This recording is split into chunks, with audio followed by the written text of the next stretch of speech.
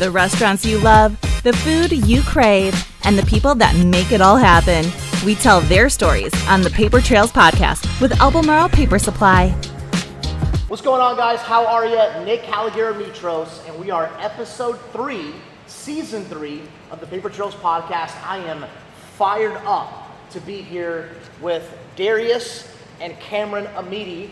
So these guys are part of the Improper Pig. We have owner, GM, chef, father-son combo. I'm super excited to have an awesome conversation, talk about the industry, stories, just good times, laughs, the whole thing. And so we are super pumped. If you guys are first tuning in to the podcast, make sure you guys look us up, find us, follow, subscribe, everything on YouTube, Spotify, Apple Podcasts, all your local resources. And so I'm pumped. I'm pumped to bring another episode of people here in the Charlotte area that are making it happen in the food hospitality business and just talking about how we started. And so anyway, thanks guys for hopping on the podcast. Thank you for having us. Appreciate it. So let's do this. Let's take a little deep dive years ago when you guys started the food business. Darius, I'm assuming we'll start with you. That's a deep dive. So let's talk a little bit. How did you get into the business? How did it start? Have you always been in the food business? Give us a little context. Okay. So my father was in the hotel restaurant business for 40 years. Okay. So we moved around. We traveled probably different cities, probably sometimes twice a year. We got moved in different positions. He worked for like Holiday Inn Parent Company, Intercontinental Hotels, Marriott, Hilton, you name it. Okay. We actually, he ran the last Hilton Playboy Club hotel. So growing up as a kid, got to hang around the Playboy Club, which was kind of interesting. But where was that at? Lansing, Michigan. Okay, so Michigan. All Yep. right. So I was always in the kitchens with the chef, hanging out, and some of his best friends were actually chefs. So one of them, Giovanni, he's from Germany, and we still know their family really well. But it's just always been cooking, and from 4 years old, messing up the kitchen. Love it. Okay. And how did you guys end up in Charlotte? You guys settle here in Charlotte? Yeah, so how did that happen? We moved around a lot, and then we had wound up in Atlanta, Georgia, and I was working for the Marriott Marquis in Atlanta and the Commerce Club there, and then I decided to move to Charlotte. My parents had moved over here, and sometimes when you're younger, you follow your parents and like to be close to them, and so got to Charlotte, and my dad was like, "Hey, I've got this guy I want you to meet," and I started with Harper's Restaurant Group. Yeah. And spent about 20 years with Harper's Restaurant Group, and then I've opened up several restaurants for them, and then I wound up moving to Greensboro, and then spent about 3 years there, and then came back to Charlotte. Okay, so it sounds like your first dive in was the hotel side of the business. Yep. What was that like, real fast, if you don't mind me asking? I don't know much about the hotel side. Much different than restaurant? The same, It's a little bit different. Okay. So restaurants, you kind of have that flow that comes in every day automatically, and in the hotels, you have a great breakfast business, and then your lunches are kind of soft unless you have a lot of caterings and events. Gotcha. But we did tons of caterings and events, and it was a little bit, in a sense, more relaxed than a restaurant. Restaurants are a little bit more intense, you have to be on point, you got to hustle faster. Hotel pace is just a little bit quieter, a little bit more relaxed. One better than the other, or just different? It's just different. Okay. It's just different. I like the hustle bustle of restaurant. Okay. It's a little bit more exciting. It's so interesting you say that. I was talking to your son Cameron, before we started, and we were just talking about just the chaos of restaurants and how you definitely have to be a unique person to get into this industry because of the stress, dealing with all parts of the business. I mean, You got to have thick skin. Yeah, we The time consumption, if you love it, you're living here, 100%. and that's how it goes. You're dedicated not only to your craft, but this is your life now, and you have to find your balance between not having your balance, which is really awesome. We love that, Love that. So true. So you said Atlanta, Greensboro, Charlotte, Yep. Harper's 20 years, started restaurants Yep. with that. Tell us that. Tell us the beginning phases of learning management, leadership, opening stores. I mean, I'm sure now that, both of you guys have been involved in restaurants and open locations. It's probably second nature, but in the beginning, for somebody that wants to maybe get into space, that wants to start a business from scratch, in particular a restaurant, I mean, it's not easy. It's not. And I would tell anybody who wants to get in the restaurant business, before you go to culinary school, before you go and take a bank loan and try to open a restaurant, go work in one. 100%. Go spend some time in there, get your feet wet, and put a year or two in it. See if you really, really love it and want to, can't live without it, and it's something you want to do. Because I see so many people that open up restaurants that fail, a year later, sometimes less, maybe 2 years later, but then they're in debt, they've ruined their life. It's something that you really have to want to do. It's heartbreaking to see somebody, fail. And so, I don't know, my suggestion is not only one restaurant, go work at 2 restaurants for a couple of years. Learn all different sides of the business before you venture out. Well, I agree. Yeah. You take your life savings or whatever, the $68,000, $194,000, whatever amount of money you have, and you want to start this food truck, this catering company, this restaurant.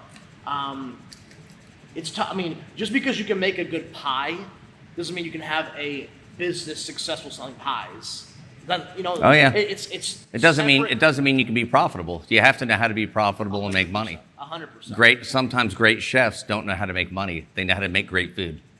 And so to find a chef or a person who is well versed between being able to create cool menu items and delicious food and translate that into a profit, that's what you want to find. 100%. Okay, so Cameron, fill us in a little bit. I mean, obviously, you grew up in the business. I mean, it's like kind of how my story is. Absolutely. Grew up in the business. For me, 8, 10, 12 years old, I'm busting tables at my dad's restaurant. I'm bringing, the takeout, to go orders to the front. I mean, I'm literally doing the little things. What was your first introduction? Did you always like food? How did you know from the beginning that you wanted? Did you learn that you liked it? How did you get your food, your step into the food business? Man, obviously I always loved food. I was a pretty big kid when I was younger. I was a little chunky, so I enjoyed food. I remember when I was a kid, sometimes, my mom worked at a daycare, so she could take care of us once we got out of school, and he was always at work. He was in a restaurant, so there'd be some days where she wouldn't be able to have me or whatever it is, and so he'd take me, whether it was time for inventory or anything, and I'd go in with him, and I'd see all the baked goods on the speed racks cooling down, and he'd pop one out, let me try it, or I'd go into the walk-in, and everybody knows if you've been in a restaurant, that restaurant smell. When someone comes home from a long day and you smell like everything and a half from the kitchen. That is so true, isn't it? Man, you smell like the trash can, you smell like the bacon, you smell like everything. And Tide can't get it out. The number of shirts that my dad has ruined, that my mom has gotten mad at because of the oil or the grease, I'm like, oh, it's unbelievable. But I love that smell. Okay. I love when he would come home. So, he'd be coming home sometimes midnight. And he would come into the room or say hello, and you could just, it would cover the room, and I always loved that. But my first introduction to the restaurant game, honestly, is I was actually a martial arts instructor before I did cooking. Okay. It's in Charlotte, actually. It's Leadership Martial Arts. Okay. I was a youth instructor, and I was developing into being a full-time instructor for them. Okay. And I did martial arts for about 12, 13 years. Got my blue belt from Renzo Gracie. He's, the Gracie family is one of the biggest for Brazilian Jiu-Jitsu. So yeah, we have a lot of ties into the martial arts industry, and once I turned 18, or right before 18, I was about 17, and I was like, I want to give it a try. Every now and again, they had a food truck, so I would go, portion sandwiches on the food truck, or, at our other restaurant, the Pizza Peel, the one on Central, we would have these big outside, whole pig roast sauce with this Hawaiian smoker, and so I would, put the pork on the sandwich and, serve it or weigh it out. Do whatever I could. And when I turned 18, I was like, you know what, man, let's give it a try.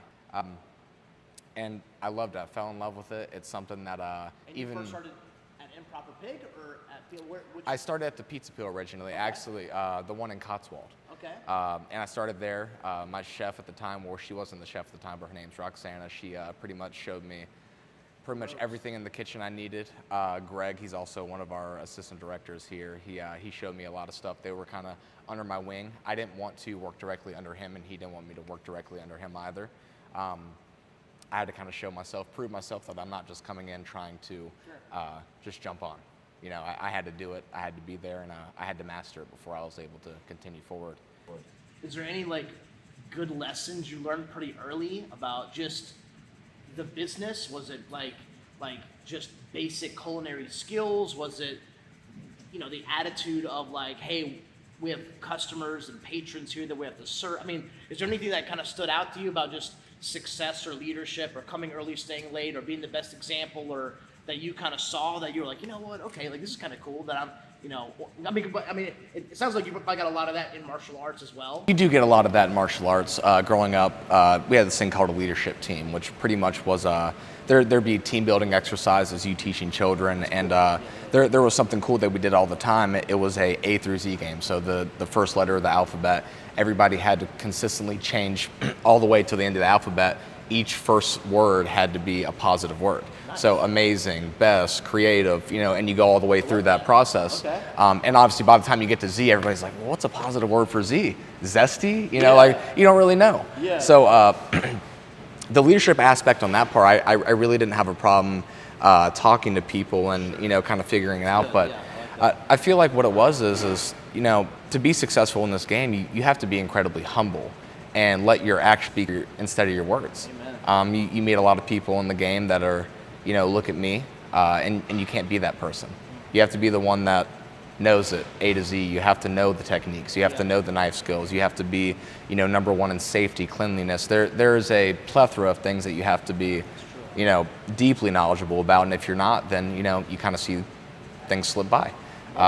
So yeah, I'd say number one point for me to success is, and this is in any field, that you have to truly know what you're doing. You have to love what you're doing. And if you don't love and know what you're doing, then it probably won't work out. Yeah. You know? That's so true. I mean, it kind of goes back to what you were saying, Darius, about, you know, if you have an interest in the business, no matter what it is, a catering company, a food truck, an actual restaurant, like, man, know what you're doing. Do your due diligence. Go study. Don't just blindly go out there and, you know, start whatever XYZ company. So you have to be a part of your community. True. Any thoughts on any of that? Well, I think when it comes to any restaurant, you have to be connected to your community. Yeah. Because we don't worry about the people that are 8 to 10 miles away. We have to worry about the people that are in our 3 to 4 mile radius. And that's our neighborhoods that support us, and we have to support them. I did want to comment, like, you know, when Cameron did martial arts, you know, we were lucky enough to do that for 12 years together. Wow. But the one thing from him being on a leadership team, and I would tell this to anyone that has kids, martial arts is a great thing forget about the self-defense side of it, is that he was taught how to talk to people and how to articulate things. And you don't really get taught that in the restaurant business. So if you either learn to have leadership quality skills and soft skills early on, or some people today as adults don't have soft skills. Yeah, I agree. You know, and you have to be able to bounce back and forth between soft and hard skills. I agree. What was it like seeing your son come into the restaurant? Was it cool? Was it exciting? Were you a little nervous? Like, okay, let's see how this is going to pan out? I was actually really proud that he wanted to do it, but I wanted to be hands off. And, you know, I looked at Greg when he said he really wanted to give a shot at the pizza deal, and I said, Greg, you know, if he doesn't do his job, fire him like you would anyone else. Yeah. You know, and that wholeheartedly, no one would ever want to have to fire your own child. But at the same time, we're a business, and I figured if he really wants to do this, he has to learn to go through the ranks just like everybody else. And, you know, I'm proud that he's done what he's done in this short amount of time. I mean, it's really, you know, being 25 and being where he's at now is a lot different than where I was. Love it. I mean, I think that speaks volumes to, you know, you wanted Cameron to pay his own dues and not have any special privileges. You know what I'm saying? It's like, no, like, listen, we're all gonna start at the dish pit or rapid baked potatoes or whatever. You know what I mean? Yep. Like, you know, doing the, you know, closing and scrubbing the floors. You know what I mean? So I love that. Okay, so how? Tell us a little bit about how you guys got started involved with Improper Pig and the whole. You know, so obviously you were at Harper's, you said. Yep. And then give us a little transition on how that started. So with Harper's, one of the main owners of Harper's was Will's dad. Will Bigham's one of the main owners of Improper Pig and the Stomp Chomp and Roll group. And I had left Harper's to, I'm not going to say the name of the company I went to, but I was not, I wasn't looking for a job. Sure. Something came across the plate that I was like, after 20 years, I was like, oh, let me just give this a try. Sure. And it wasn't for me. So I took a little bit of break. I took I think 90 days off and just kind of recouped and relaxed a little bit. And then it was like, okay, let's get back in it. And then I heard, I knew Will when he was younger. And I knew he had Mama Foo's Asian restaurant concept. I didn't know about the flying biscuits or the pizza pills that he had. But I'd made a joke with him, when I was working at South Park Harper's. He came in one day to pick up food, and I looked at him and I was like, yeah, maybe one day I'll work with you. And he was like, yeah, you don't want to do this. Because, he was the main guy doing everything himself and grinding it out. And, I was working for a bigger group that actually had, a lot more people and more support. Sure. So then here, years later, we turn around and, I heard that he was looking for some help. So we met, talked, and, I've been with him 11 years now. That's awesome. And Will and I sat down table 30 at the Pizza Peel Cotswold, and we were like, what do we want to do with the Mama Foo's concept? Because that was actually, sales have been dropping off. Asian restaurant in that shopping center was there for like 10 years. So we turned around and just hashed it out on the table, and we were like, well, let's do barbecue. He always wanted to do barbecue. I'm game to do anything when it comes to food. So we were like, well, let's put together something. And in less than 30 days, we created a concept. In less than 90 days, we reopened that restaurant. Wow. So that was a pretty cool experience to put it all together. We wrote the menu before we ever got in the building. And once we got in the building, I made the recipes and all of the food items with the team and put it all together, and we opened up. What are some things that you learned from that? Like new concept, new menu? I mean, was it the first time you've done something like that? So I have opened for other people and their concepts. I think I've opened up 18 restaurants now. Wow.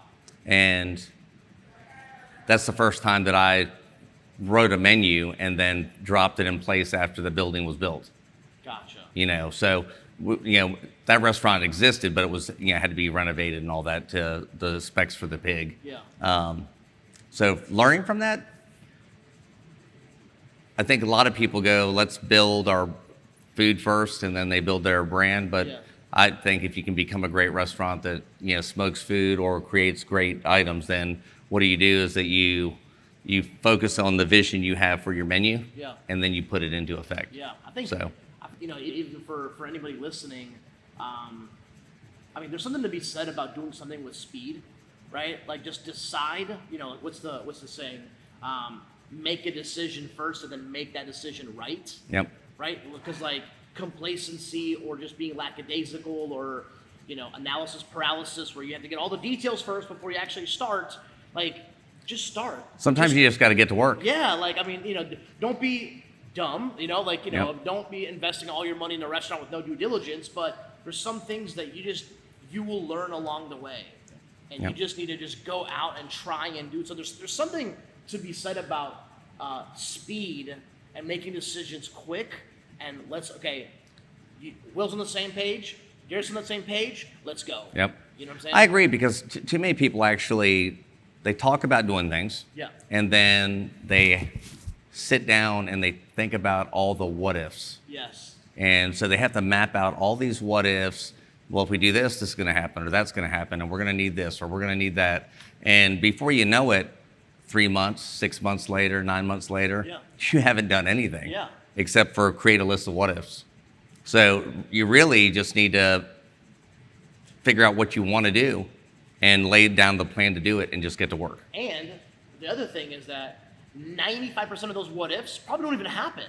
Yeah. You're just building anxiety in some kind of in your mind. It's like, dude, what if everything works perfect? Yeah. You know what I'm saying? What if, That's the thing. If your vision's really good and your idea is really good, then build everything around it to make it a success. But don't sit there and play mind games with yourself Yes. about all the ways you can fail at it. Yes. I agree. Cameron, any thoughts on that? On Yeah. speed or, making a decision or anything like that? Yeah, absolutely. I'm big in believing in manifestation of what you can visualize in your head is what you can put out into the world. And stopping yourself with mental blockades of what ifs, for us, it doesn't make sense. You know, it's why would you create a stagnant area for yourself to be stuck in life where you feel like you can't progress because of certain specific items that maybe you don't know how to tackle yet? You know, it's easier to attack something and learn how to tackle it rather than sit down and go, well, continuously think nonstop of how you're going to tackle this or address this situation. You know, don't get too hung up on things. Live life, go through it, learn it, experience it, fail. Yeah. That's how you get good. Yeah. Well, I mean, I think people think the opposite of success is failing, and the reality is it's not. The opposite of success is quitting, because you have to fail to succeed. Like there's no other way.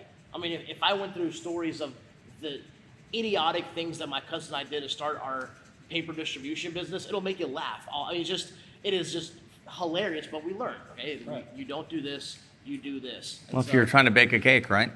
First cake that ever got made, I'm sure it didn't turn out to be a beautiful layer cake. You're right. You know, I wonder how many times they had to make a cake recipe until they got one that was like, oh, that's a cake. That's it. You're right. So I love that. Okay, Cameron, back to you. Starting at Pizza Peel, you're learning some of the basics of the business. You've got Greg, you've got different people kind of there, kind of helping you, showing you the ropes. Tell a little bit about that progression. You know, coming early, opening up, closing, paying your dues, putting the hours in. Our business is known for long hours. Absolutely. Right? Tell us a little bit about that start of just being young and just green behind the ears, but excited to learn more about the space. I mean, everybody knows this. Everybody was young, and when you're young, you're hungry. You want it, and it doesn't matter what you have to do to get it if you really want it that bad. So, I mean, getting there, when I first started, obviously, when you first start, you don't really get those opportunities to, hey, I want to come in at 7 or 6 and get that extra time. But, you know, whenever you first start, you get there at 9 o'clock. If I'm working a double, 12, 13-hour day that day, it's, good morning, chef, what can I get done for you? Yeah. And that's kind of how it starts is, they put you on the hardest items. They put you on the things that they never want to do. Yeah. One of the things here at the Improper Pig, we do house-made chips. Okay. And the staff hates cooking the chips. And listen, they're amazing. They're fantastic. But to actually do the nobody prep wants work to for do it. Yeah. Nobody wants to do it. Nobody wants to make the chips. Okay. Nobody wants to pull the chicken. Like, for example, we're doing about 600 pounds of hand-pulled chicken a week right now. Yep, hand-pulled. So that's a little over maybe 500 plus chickens a week. That's a lot of pulling. It's a lot of chicken. That's a lot of time to pull chicken, Yeah. And so obviously, doing the things that nobody wants for the chef, helping them out, whether it's organizing a cooler, labeling things, cleanliness. Hey, dishwasher called out, you're the dishwasher tonight. After about the 15th or 20th time within your first 2 months of trying to be learning how to cook and you're the dishwasher, you're like, man, and it kind of fogs you a little bit in the beginning. You're like, man, like, if I'm just going to be the dishwasher, then I'm just going to be the dishwasher. It's like, no. You're missing the point is that for me, it was a different perspective. It was a respect aspect for who you have in your kitchen and who you're working with. A lot of people might dismiss the dishwasher position or dismiss that job isn't hard, but no, that's a pain in the ass. That's a hard job, and it's hard to get that out of the way all the time and always be there constantly cleaning dishes, and it's very repetitive. So yeah, I mean, after going through all that, being real hungry, eventually got to the point where it's like, hey, I want to learn the inventories. I want to learn the order guides. I want to learn the spreadsheets and the health inspection checklists or whatever comes along with, doing more. And something I learned along the way, which is super important to me, and this is kind of what I tell like younger kids that are starting to work with me now, is like, sometimes you need to sacrifice your time for knowledge and not your time for money. I think it's super big. If I wouldn't have been coming in at 7 o'clock in the morning on my off time, I'm not clocking in for that. I'm there and I'm learning my time for knowledge, and that's what you're there for. And the times that I came in and didn't worry about money and I worried more about learning my craft and mastering my craft is when I took my next step and when I took my next leap. And once I mastered that area over there, I was kind of like, man, I'm ready to do some more cooking, master dough stretching and tossing and when to proof the dough and how long it needs to be pulled out before it's time to serve the pizza or, anything like that. How to make a good Philly cheesesteak, man. We love Philly cheesesteaks. We gotta do it right. So stuff like that. And then I was like, you know what, man, I think it's time to go to the Pig and learn a wood fire grill and, slow cooking meats and different, how to make roux and different types of cooking, Do you prefer one over the other, pizza over? I don't, and I'll tell you why. Okay. I was just curious. I could eat pizza every day of my life, and it can never get old. Me too. If I ate barbecue every day, I'd probably be dead by now. Lots of salt, lots of sugar. We do have a lot of healthy items, though. Don't get it twisted. We have a lot of healthy items, We're good. but yeah, don't have a preference. I just love food. Bread, my favorite food personally. Bread. Any type of bread, any type of carb. You're speaking That's me. to like a Greek family's main dish right there. Yeah. I love that. No, that's I love how you speak on. I mean, it's a really good one, Cameron, that a lot of times in any industry and anything you want to learn, just trading your time not for money but for expertise, for knowledge. I mean, there's so much wisdom in that. If you truly want to become a master at blank, you'll have to do that. Yeah. You'll have to, and it's not even actually the if you all really understand it, the time that you're spending, if you trade it for money, right, you will cap how much money you will make on that. But if you trade it for actual knowledge, dude, now the cap comes off and you can do a lot more with that information. Your resume expands. 100%. Thoughts on that, Darius? Well, I think like with Cameron, for example, so he got to grow up learning a lot of different things. And I think that any time that you want any kind of knowledge, you have to put some effort towards it. We have a lot of people in my history that, I want to be a manager, I want this, or it's the question of how come I've never gotten the opportunity to be. Most of the time it comes down to people not applying themselves. People ask or want things, but they didn't want to hear what they have to do to take the steps to get there. Sure. And honestly, what Cameron says right on point. Sometimes you have to sacrifice. If you really want to be a kitchen manager for us in the company, then you really have to be willing to come in and do inventory. You have to be willing to come in and learn. And I don't think that leaders are made the minute that they're hired in a leadership role. Sure. If you're not exhibiting leadership ability when you're actually working as a line cook or a dishwasher or a server or any position, then you're probably not going to be that leader that we need. Sure. People set by examples, their demeanor, their attitude, their mindset. Not saying some people just haven't been taught and they need to learn and grow. For many reasons, they might not learn different things, but I think for the most part, natural leaders are natural leaders.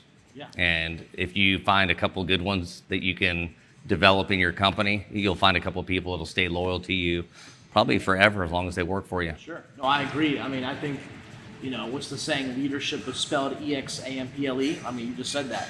Just be the proper example, and just lead and people will follow. Does that make sense? Yep. Tell me this. Obviously, also being kind of director of operations for Stomp, Chomp, and Roll and being Will's right-hand man, let's talk about some characteristics of having a successful restaurant.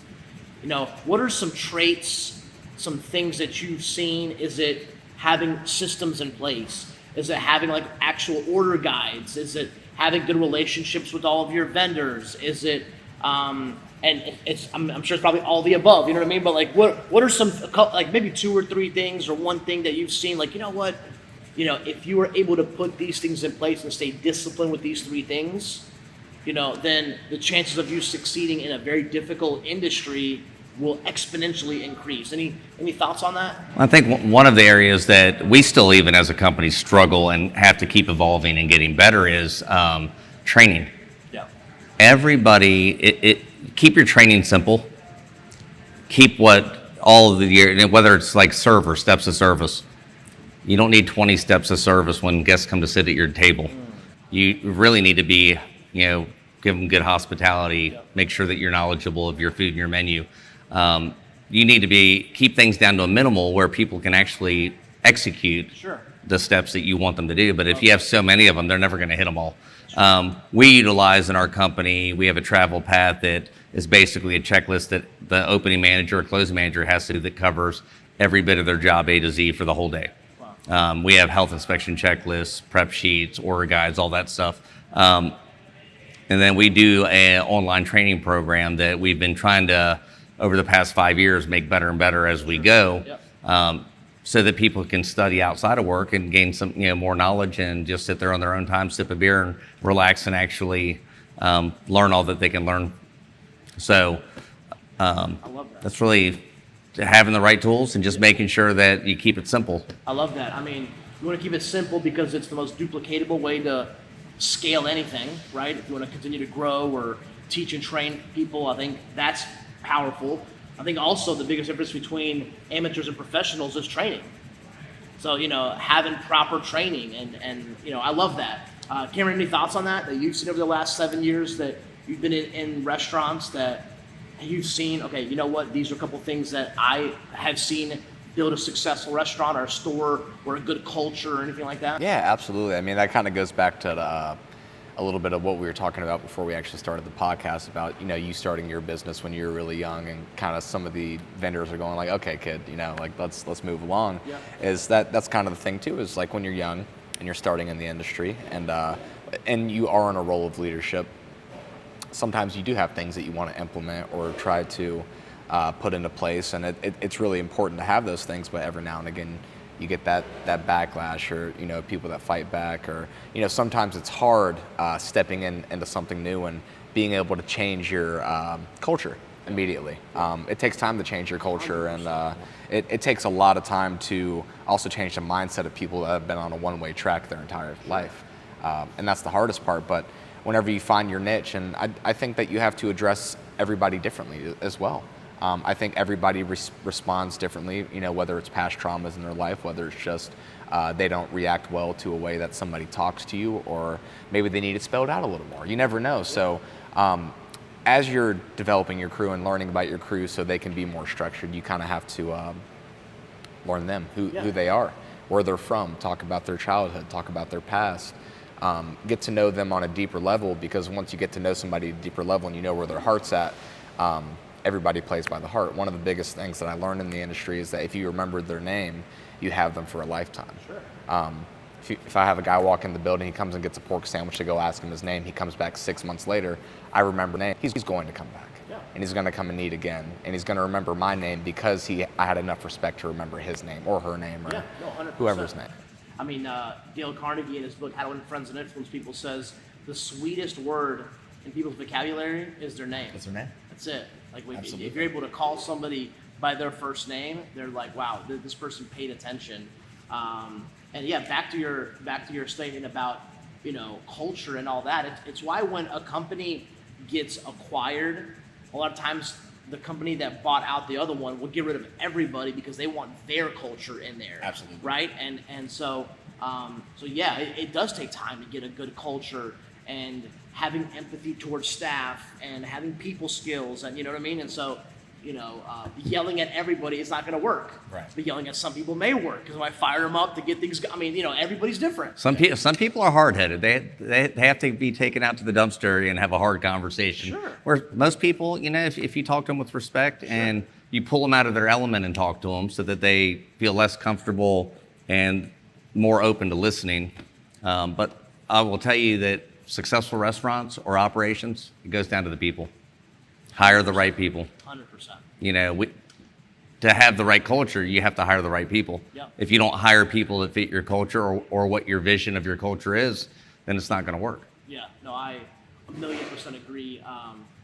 Coach K at Duke talks about that. I think somebody had interviewed him and said, how do you have people that live up to the standard that you have here at Duke? And he said, I don't. We find people that already have that standard and understand this culture of working hard and respect and all that. And I'm like, dang, that's awesome. Absolutely. Like that was like, what a powerful statement. So anyway, okay, let's talk about some kind of last thoughts on suggestions, thoughts, recommendations. People are listening to this that, have aspirations. Maybe they're comfortable in a job and they're, they want to grow. They want to start a business. They want to move up.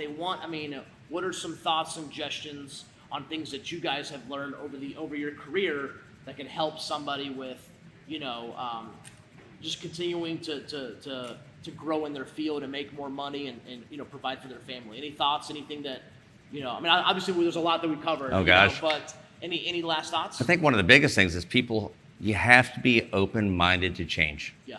So people who are used to, this is how we always do it, or this is what I'm used to, even when you go to a new job, most people are so comfortable in their past job that they try to convert their new job to that old culture.